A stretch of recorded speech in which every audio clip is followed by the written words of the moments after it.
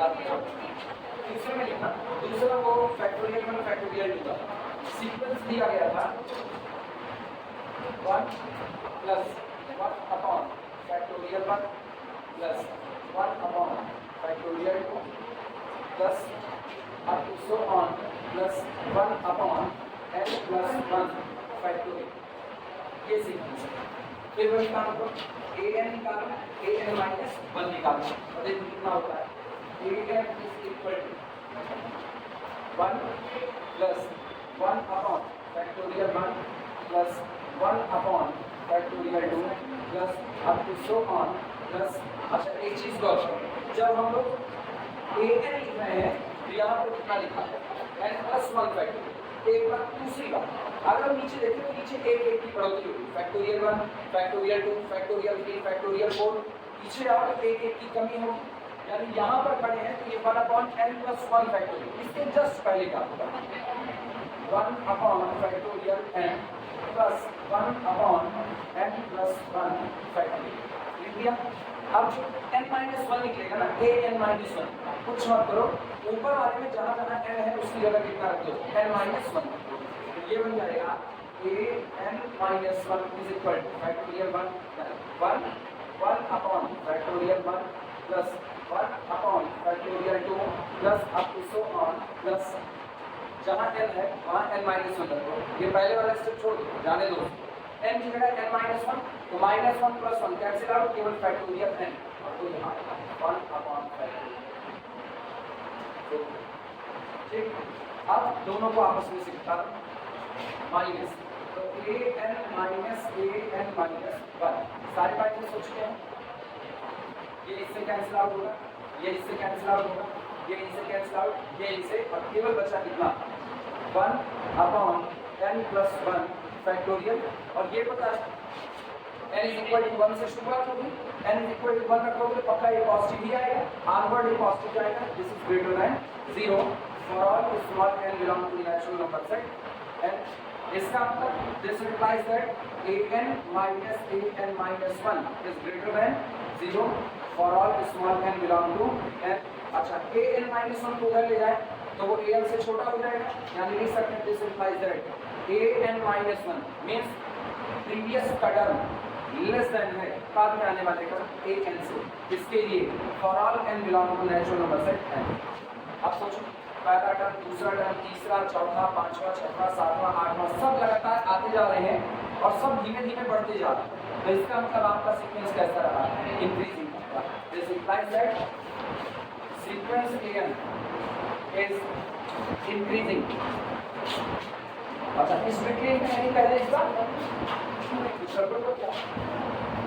Strictly increasing पहले चलेगा या इस मोनोटोनिक की increasing?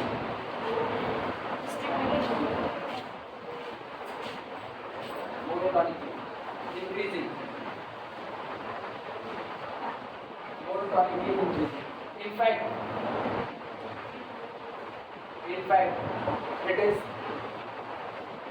strictly increasing. Strictly increasing. और केवल यही बताना था, बाउंड नॉट नहीं बताना था, केवल यही बताना मोनोटोनिक है, मोनोटोनिक में इंक्रीजिंग सीक्वेंस।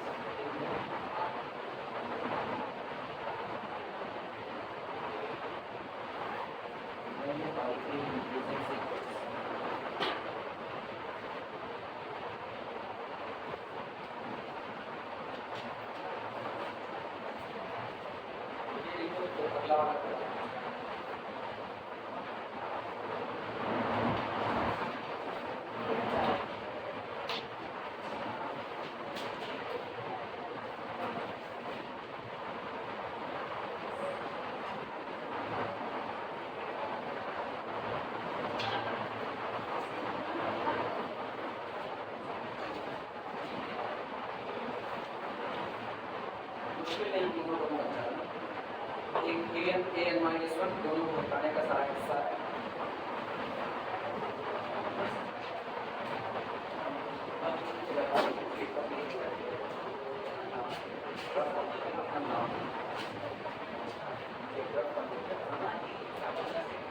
मनीष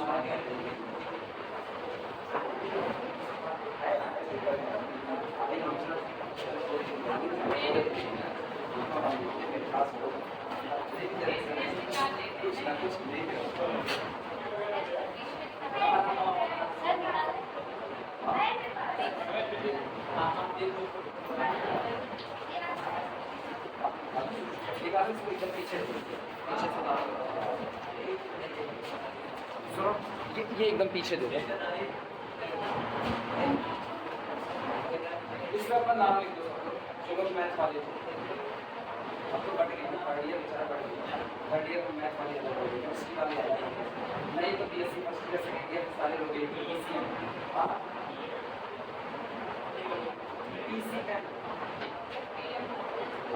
अब हम लोग पीएम बन गए और वो लोग सीएम बन गए सोचो मैथ वाले लोग हमेशा उतना ही होते हैं केमिस्ट्री मैथ कोई नहीं आया केमिस्ट्री मैथ वाले इस बार कोई नहीं पिछली बार तो दो लोग निकल आए थे महान भाव नहीं एक महान भावी निकली थी एक महान भाव निकली दो लोग निकले इस बार कोई नहीं इस बार सारे कौन से किसी पर्सनल कंप्यूटर बन गए सही है हम लोग सही है प्राइम मिनिस्टर इससे अच्छा क्या मोनोटॉनिक इंक्रीजिंग देखो अगर इंक्रीजिंग बताना है तो तुमको ये बताना पड़ेगा कि एयर टर्म जो आएगा एनर्जी टर्म वो n-1 टर्म से बड़ा होगा या छोटा तो यही रास्ता होगा बड़ा या छोटा बड़ा छोटा बताने का हम लोगों के पास यही रास्ता होता है ये चेक कर लेना कि क्या बाद में आने वाले टर्म इंक्रीज कर रहे हैं या डिक्रीज कर रहे हैं क्योंकि इसका एक शब्द जो ये जुड़ा हुआ है ना इंक्रीजिंग इंक्रीजिंग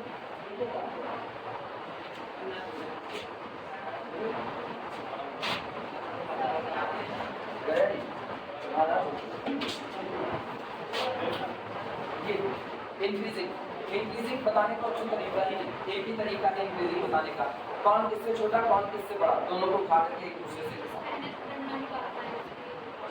जिसका एनर्जी टर्म ना निकाल पाए आप कहीं भी नहीं निकाल पाए जब उनके नहीं निकाल पाए ना तो उनके शुरुआत में देखो जाएगा इनिशियल टर्म और उसके बाद फिर वहीं से अंदाजा लग जाएगा कि ये लोग इंक्रीज करें या डिक्रीज सीक्वेंस में शुरू के टर्म लिखने का लॉजिक हमेशा तुम्हारे पास होता है हमेशा तो कुछ नहीं जैसे प्राइम नंबर का आप इन्वर्टर नहीं निकाल सकते प्राइम का नहीं निकलता लेकिन लीस्ट प्राइम कौन 2 इसके बाद कौन आएगा 3 इसके बाद कौन 5 ये तुरंत पता चल जाएगा कि इंक्रीज करना तो वो आप बता दो और अगर इन्वर्टर नहीं निकाला जा सकता है तो इन्वर्टर आपको किसी न किसी तरीके से दिया जाएगा कि आप किस लॉजिक से इन्वर्टर फिलअप करें सीक्वेंस में ऐसा हो नहीं सकता कि आपके पास रूल ना पता और अगर रूल पता है तो रूल आपको बता देगा कि हम आगे आने वाले टर्म इंक्रीज करेगा या डिक्रीज प्राइम के लिए कोई रूल नहीं पता कल एक जो लोग लिखे तो उसमें रूल नहीं पता है ये उसका निकालने की कोशिश करो उसका रूल नहीं आता है फिर इसके बाद होता है जब आपको सीक्वेंस का एनर्जी का रेफरेंस फार्मूले से रेफरेंस फार्मूला कैसा होता है जैसे रेफरेंस फार्मूला इसी में हम चौथा या पांचवा कौन सा दिखाए हैं वो रेफरेंस फार्मूला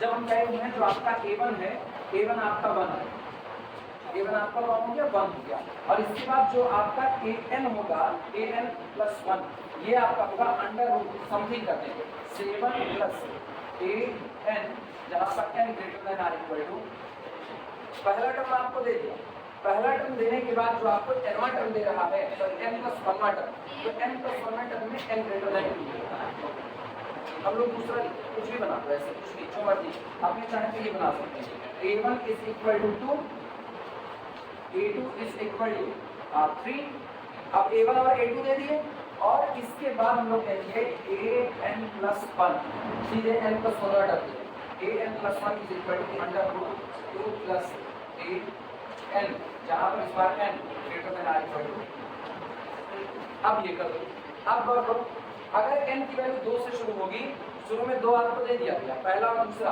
और n इज इक्वल टू 2 रखो यहाँ पर तो कौन सा टर्म मिलेगा तीसरा लेकिन तीसरा टर्म मिलेगा किसके दम पे सेकंड टर्म के दम पे अब चौथा अगर निकालना होगा तो यहाँ n बराबर कितना लेंगे 3 और 3 में यहाँ पर तो 3+1 ये तो A2 आएगा लेकिन किसके ऊपर डिपेंड करेगा A3 और A3 किस पर डिपेंड किया है A2 पर सारे किस पर डिपेंड कर गए A2 पर A1 पर कोई डिपेंड नहीं A1 अलग से आता है तो इसको बोलते हैं रिफरेंस फार्मूला या तो ये आपको दिया जाएगा रेफरेंस फार्मूला ऐसा भी डिफाइन हो सकता है और ऐसे बहुत सारे सीक्वेंस कंपटीशन में तो मैक्सिमम मान करके चलो रेफरेंस फार्मूले के ही बेस जितने तो हमेशा कोई ना कोई लॉजिक दिया जाएगा कि आप या तो एनएच टर्म का अंदाजा लगा लो और अगर आप परफेक्टली एनएच टर्म ना बता पाओ तो आप सीक्वेंस को लिखने का एक तरीका पा लोगे कि सीक्वेंस किस हिसाब से चलता है और तब आप बता सकते हो इस तरीके से।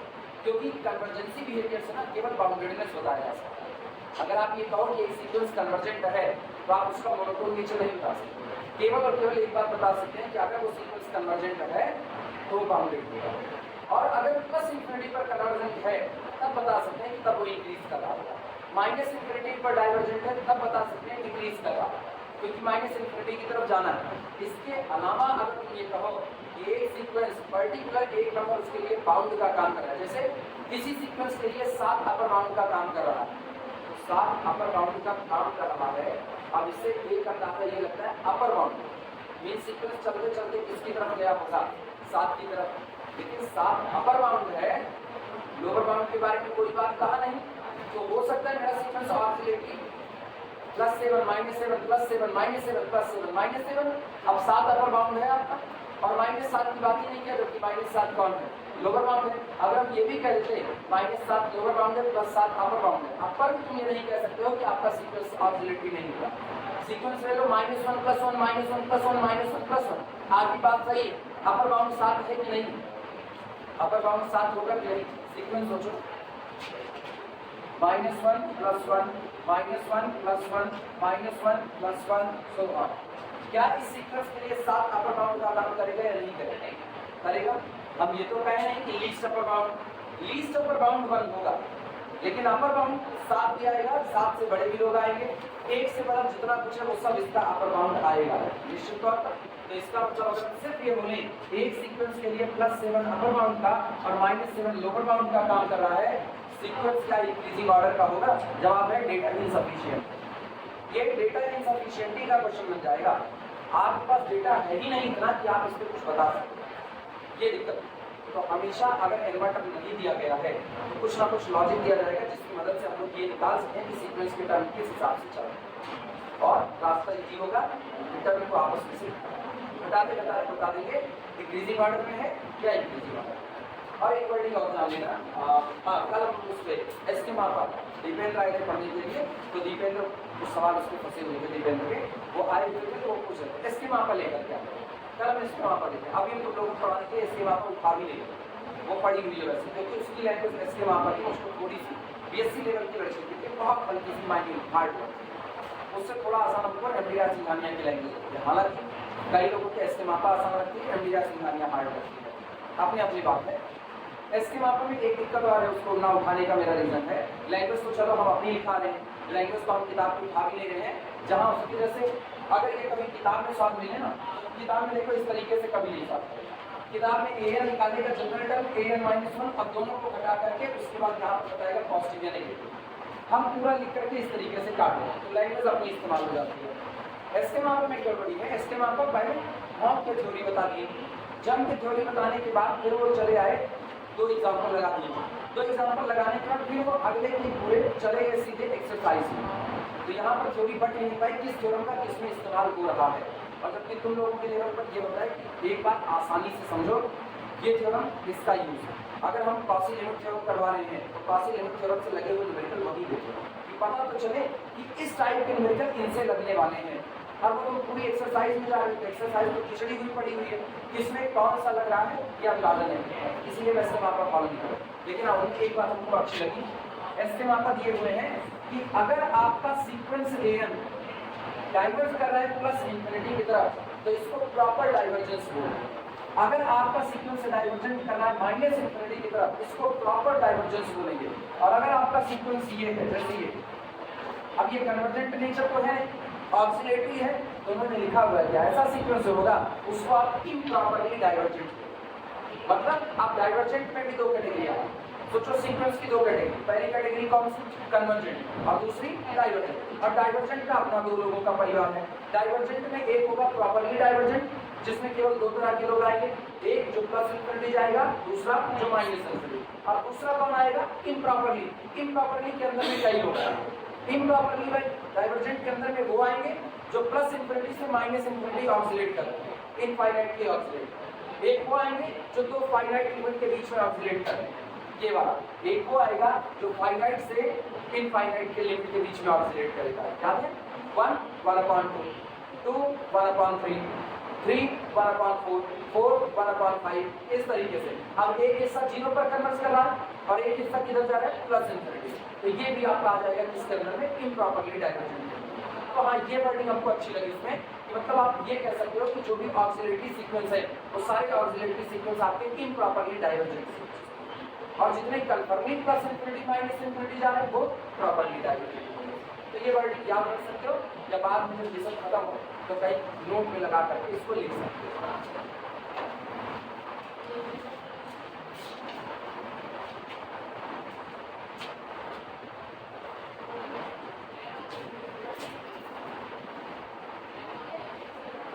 मिटाया इसको, ये हो गया, आप मिटाया।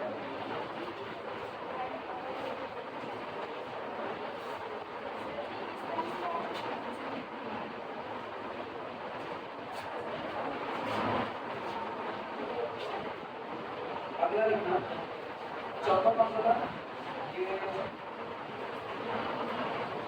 ये दूसरा था। अब तीसरे की बारी है, चलो तीसरा लिखते हैं।